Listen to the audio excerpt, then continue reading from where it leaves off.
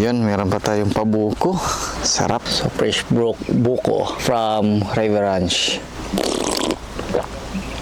Parang sabaw. Hinihigop. Wala ba? Di ba magtitinola tayo? Yung laman yan at saka yung sabaw, yun yung sasabaw natin sa manok. Tapos Tagalog pa yung manok. Sarap nun. Baka naman naghahanap na ng papaya yun si Manny. Papaya at saka malunggay. Anong dala ng babae kaninang malaking parang puno? Di ba malunggay yun? Hindi, ano yun? Ipil-ipil. Ipil yun. Kain tulog, walang trabaho yung ginagawa natin dito ah.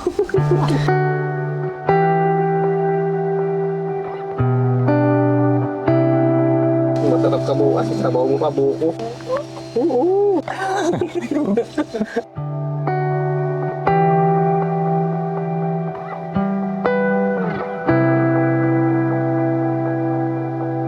Ayan, gabi na. Dito pa rin kami sa River Ranch, Tanay. So, yan, pangalawang gabi na namin dito. Ngayon, medyo mas tahimik kasi yung mga ano natin, medyo makulimlim. At saka yung dalawang sasakyan dyan is umuwi na. So, tayo na lang yung nandito. At saka merong mga bagong campers. So, yun yung mga sinasabi, yung mga nagre-review dito is napaka-tahimik. Maraming campers, pero tahimik yung lugar. Kaya nag-extend kami dito. Parang kusina na ni Boy Logro, yung area natin. May guest tayo si Ninong Roy. So, may guest tayo dito from Lokban, si Ninong Roy. Shoutout sa mga followers ko. Ayan, Team Katipay. Kape-kape. Ang dami yun. Oo nga, dami ito eh. Hantay na lang tayo. Kung kailan matapos magluto sila para makakain tayo. Kapal ng moks. Mr. P. Stanley like. Oh, Money.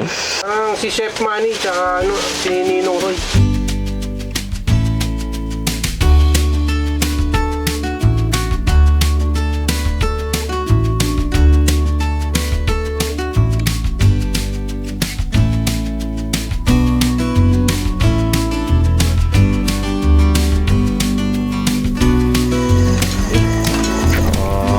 hapunan na.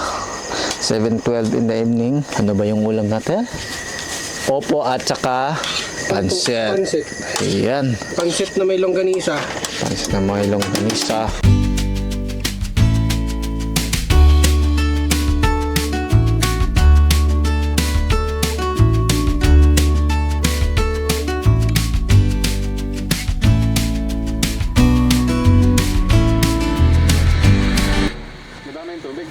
Good morning. So, Sir Dodong. pang third day natin. Sir, good morning. Good morning. Kape tayo from River Ranch. River Ranch. Thank you po.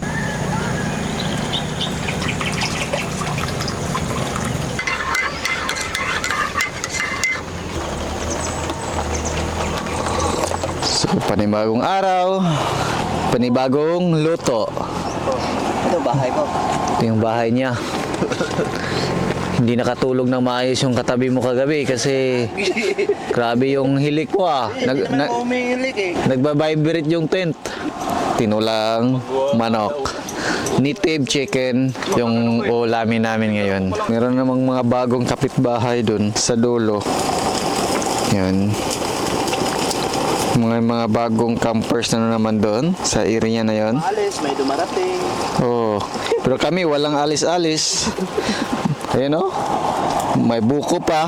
Tapos daming kahoy. Parang walang uwian na. Binigyan kami ng maraming panggatong. So, tingnan natin ano yung niluluto nila. Yun. Uy! Yun! So, native chicken.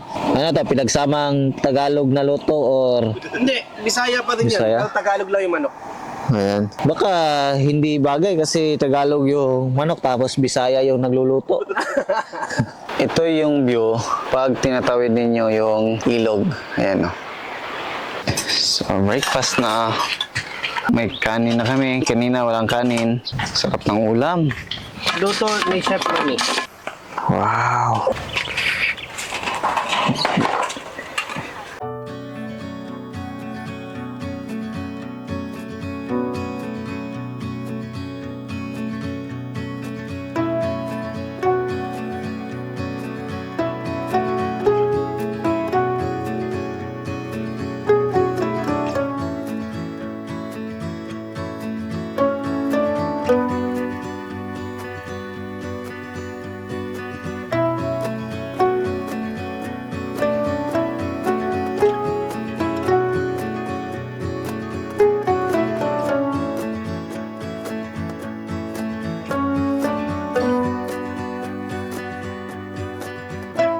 Tingnan niyo mga kol, yung laman ng ref namin. Punong-puno, grabe. Yan, pakita natin. Grabe. Gulay, may karne. May isda ba to, boy? Wala. Wala. So, pork at sa gulay. So, mamaya, dahil tayo na lang yung naiwan dito, aalis na si Sir Roy, si Team Katipay. Yes, gulay tayo mamaya. Kasi may mga ibang pagkain sila, sir, na iniwan dito. Ang gagawin na lang natin is lutuin. Siguro baka magtagal tayo dito. Depende pa rin sa mga darating. Pero kahit marami na yung nagpupunta dito ngayon, tahimik pa rin. Hindi siya tulad ng ibang campsite. Sobrang gulo, maingay. Dito kadalasan yung mga nagka-camping is napaka-professional. So, alam nila yung meaning ng pag-camping, alam nila kung bakit sila nag-camping para makahanap ng lugar na tahimik. Kasi alam naman natin, yung Metro Manila is napaka-busy, napakarami ng sasakyan na nandun. Kaya yung iba is naghanap kung saan sila makapag-camping at saka naghanap ng mga lugar kung saan tahimik. So, ito yung perfect na lugar. Kung naghahanap kayo, taga Metro Manila kayo or kalapit na bayan, ito yung perfect na lugar kung saan pwede tayo mag-relax kasama yung pamilya natin. Pangatlong gabi na namin ngayon dito. So, medyo kinapalan na namin yung mukha. Pasensya na, Sir Justin. So, overstay na naman tayo dito. From Overland Kings, ilang, ano pa tayo? From Coto Mines, ilang araw tayo doon. After ng OK Camp Out, parang 3 gabi yata kami doon. 2 gabi sa Coto Mines. And after Coto Mines, nag-Lake Mapanoype kami. Parang 3 gabi din kami doon. Tapos sa Overland, mga 4 or 5 gabi kami doon. Ngayon dito naman sa River Runs. So, napakabait ng may-ari dito. Saludo ako sa iyo, sir. Sir Dodong, Sir, ano? ingat sa biyahe ha. Thank you. Magkita-kita tayo sa susunod na araw. Oo, magkita tayo kung saan mang campsite. So yun, magpapaalam na muna kami. Dito na muna kayo. Sige. Dito na muna kami. Ingat, Kita sir, tayo sa sa biyahe. mga campsite. Sige, kita tayo next week. Thank you din sa River Ranch. Thank you kay Sir Justin. And thank you din sa mga staff niya na mababait. Yan, sir, super recommended. Diba? Ang ganda ng view, ang ganda ng place. So, yan, mauna na si sir na aalis. Yan, kasi may obligasyon pa na mga iniwan. Tayo is next week pa or after Gemnefest. Yan, magkikita. Okay. Sir, ingat sa biyahe. Thank you. Shoutout sa mga followers and viewers. Thank you, Dodong. Thank you, ingat. Ingat. Sige, ingat, ingat. Ingat sa biyahe. Ingat. Bye-bye!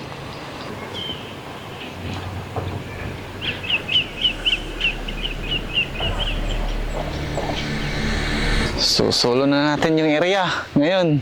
Bukas, kasi wala na tayong kasama, kain tulog, walang trabaho yung gagawin natin sa ngayon dito. Napakalamig sa area. Grabe.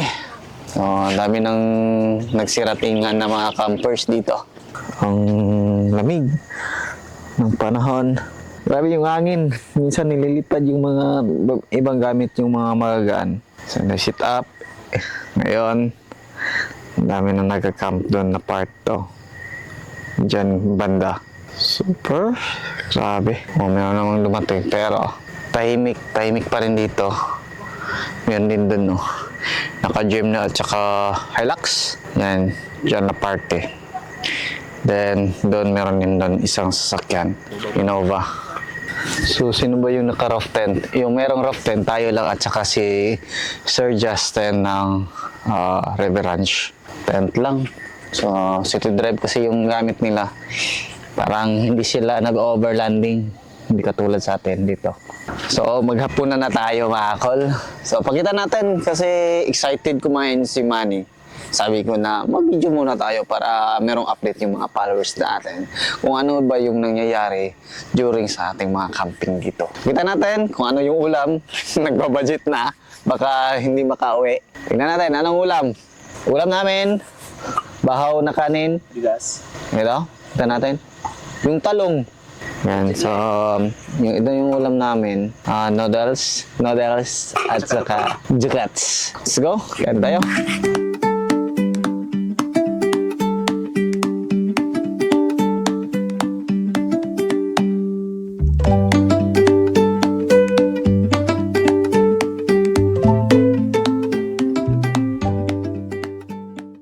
Gusto tayong kumain. Relax na naman tayo. So, ilang taon nung nagbablog tayo? Mga 5 years. Ito lang yung time na medyo nagka-relax tayo. Mataas yung time na medyo nag-relax. Kahit event yung mga pinunta natin dito. Ganun pa rin, medyo kahit konti, halos 1 month tayong makapag-relax, makapag-isip ng maayos. Kasi ilang years, mula nang trabaho hanggang nagkaroon tayo ng sariling negosyo. Ito lang yung panahon na mataas yung time na parang hindi tayo masyado busy ba. Wala masyado iniisip, monitor lang sa shop, ganun. Soon, gagawin din natin yung vlog na kasama yung family, kasama si Mrs. Kasi ngayon, si Mrs. yung busy dun sa shop at saka kasama yung mga bata. So, ibahin din natin yung mga vlog natin na kasama yung buong family sa camping. So, sana magkaroon tayo ng episode na camping na exclusive lang sa aming 4. Diba? Please, makapag-relax din si Mrs. So, kagandahan lang ngayon, marami tayong mga nakilala sa business industry. Marami tayong naging kaibigan dito sa Metro Manila. Hindi tulad dati na, marami naman tayong kaibigan na. Pero ngayon, medyo lumawak yung mga kaibigan natin. Nakakuha tayo ng mga idea. At least, nakita din natin yung mga ibang experiences nila or narinig natin yung mga ibang experience nila sa pagninegosyo. Masarap din. So, dapat talaga na merong mga time na ganito. Lalo na pag sa pagninegosyo. Kasi kung focus ka lang, hindi mo na makita minsan kung ano yung pagkakamali sa pagninegosyo. Katulad niyan, sa paggawa ng minivan, hindi mo makita kung ano yung sistema na dapat daanan mo. At least yung mga learning experience natin na dagdagan mula sa mga naging kaibigan natin. Lalo na pag mga taong merong mga negosyo. Then, shout out din, hanga din ako sa mga Filipino-Chinese dito sa Pilipinas. Ayan. So, nakita ko sa kanila na iba yung nature nila, lalo na sa pagnegosyo. Tulungan talaga sila, grabe. So, tulungan sila. Hindi ko nakita sa kanila yung siraan sa pagninegosyo. Nagtutulungan sila. Hindi lang yung isa yung lalago, dapat sila lahat. Grabe. Super saludo ako sa inyo, mga sir. Relax muna. Yung boss ko nandun. Boss Manny, nandun sa pinakadulo. Grabe.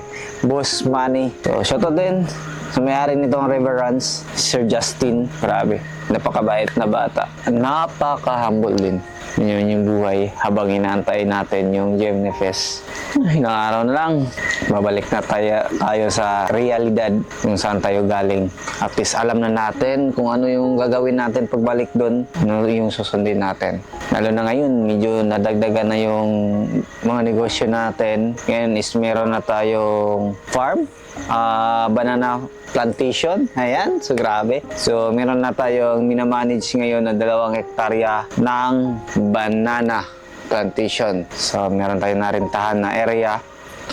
Tapos, next month is palawakin natin yung pag-re-repair ng mga sasakyan at saka pagbuo ng mga overland concept, palawakin natin. Then, tuloy pa rin yung paggawa, at least maging solido na yung paggawa ng mga minivan. Ganon. So, may mga bracketing na tayo. May mga tao tayo na na-sign sa banana plantation. Meron tayong na-sign sa shop at saka pagbuo din sa mga parts. So, yan, marami na. At ganon karami yung pinagdaanan natin. Hirap, ginhawa, dugot pawis yung pinuhunan namin ni Mrs. Swerte pa rin tayo. At least dun sa mga experience natin, naging matatag tayo. Diba? Marami na tayong mga tawa na tulungan, may mga trabaho na lahat. Oh, tama ng kwentuhan. Baka maubos na yung kwento ko. Kaya before tayo mag-exit ngayon, before tayo matulog, shout out Sir Katipay, Sir Roy from Lokban. Grabe. So, siya yung may ng Patakim Risto. So, meron na din siyang area or dalawang branch doon sa Lucena. Mag-open na din yung isang branch siya. Hindi ko alam yung exact address. Tapos, yung negosyo din niya is nagsisit up siya ng sounds and lighting. Parang buong Quezon Province. So, bye! See you bukas ng umaga. Good morning. Wala na tayong video pagising. Nakalimutan namin. Diretso na tayo sa breakfast. Yung ulam namin pakita. Ito yung ulam namin. Talong. Salad na talong. Nilaga. Then nilagyan namin ng sibuyas at kamates. Tapos yung itlog. Pero ito yung pinaka-favorite ko na ulam din. Pag naman magka-camping, ito yung kadalasan pag ako yung mamalengke. Ito yung hinahanap ko lagi. So, alas 12 na ng tanghali. Ganoon pa rin yung ginagawa namin. Upo. Luto naman. Kakain na naman. Ano ulam natin ngayon, boy? Adobo. Adobong. Right. So, ang dami ng mga campers dito sa Riverlands. Ayan. So, meron namang yung iba is nagsiuwian na. So, tayo yung appearance dito ngayon. Wednesday pa kami dito. Thursday, Friday, Saturday, 3 days na kami. Ayan. Hindi pa namin alam kung kailan kami exit. Ito yung ulam namin. So, binigay nila ma'am. Doon sa kabila. Si ma'am is isang doctor din, followers ni Boy P. Yan o. Yan sa pinataas, pinakamalayo.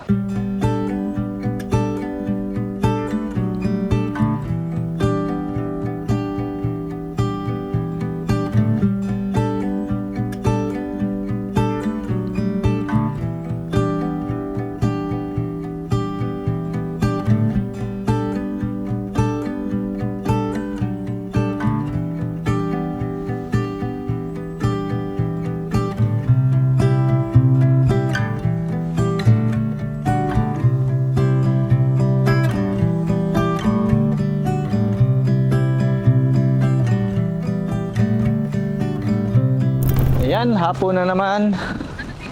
Ang napakalakas na ng hangin dito. Tapos, yan makita natin. Grabing grabing campers dito ngayon. Araw na Sabado, weekend. Ito yung makikita natin dito sa paligid natin. Ayan. Bago na tayong ligo. Paano na yung araw? Exit na. Baka mamaya is ikutin natin yung lugar dito sa River Ranch. Yan. So, dyan pa din yung posisyon natin. So, umuwi na si Katipay. Sir, hindi na kami galit. Balik ka na dito. Para may katabi kami dito. So, kadalasan dito sa mga nakikita natin ng mga nagka-camping is hindi katulad sa atin na sit-up na pang overlanding talaga. Yung sasakyan natin is pang overlanding. Ibig sabihin, pwede siya pang camping, pwede siya trail. Medyo medium trail lang. So, pwede yung ating sit up. Pero yung sa kanila is pang yan, pang beach line. Yan. So, pwede yan sa mga beach, sa mga mapapatag lang. Kasi kadalasan dito, sa mga nakikita natin is ganito lang, mga naka-tent lang sila. Sa atin kasi is naghahanap tayo lagi ng mga lugar na raw area. Kung galing kayo Metro Manila, ito yung mga suggested namin na place, River Runs. Mga 2 hours lang kung galing kayong mga Paranaque, Metro Manila. Nasa 2 hours lang yung babayain nyo. Marating nyo na itong River Runs. So, pwede nyo ring i-message or mag-book kayo sa kanilang page, River Runs page. Ayan, pakita namin dyan sa screen namin yung kanilang page. Ikot-ikot tayo dito. Kita natin dun. Daming sasakyan. So, ganito pala yung sitwasyon dito. Pag weekend, daming tao.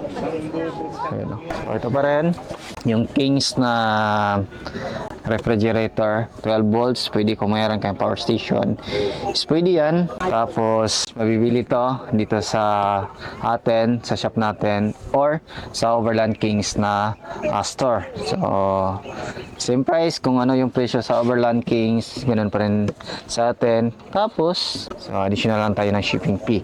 Pero kung taga Metro Manila kayo, pwede kayo mag-direct sa Overland Kings. Yung mga itong size nasa 20 liters is nasa 18,500. Pero kung gusto nyo ng mas malaki, meron to. Maraming stock. Meron tayong mga 53 liters. So yan, marami yan. Ano to? Australia brand. Yung Kings natin. Katulad yan sa mga upuan na ginagamit natin. Ayan. Ayan, gabi na naman tayo. Pero kakaibang gabi ngayon kasi marami tayo. Maraming humihilik. Boy, ano problema, boy? See you next vlog natin. So, muni-muni lang tayo. Ilang araw tayo na siguro hindi magpakita muna dito sa vlog natin. Sobrang taas na ng video natin dito. Kung hindi tayo alis dito, mataas pa rin. Kasi relax muna tayo. Nakakatuwa lang din yan. Bakit? Yung tent ko hanggang dito lang. O bakit ngayon lang, boy? Bakit ngayon lang mag-exit ako sa video ko? Pinalabas mo na yung ilaw mo dyan. Yun tuloy. Klaro yung mukha mo.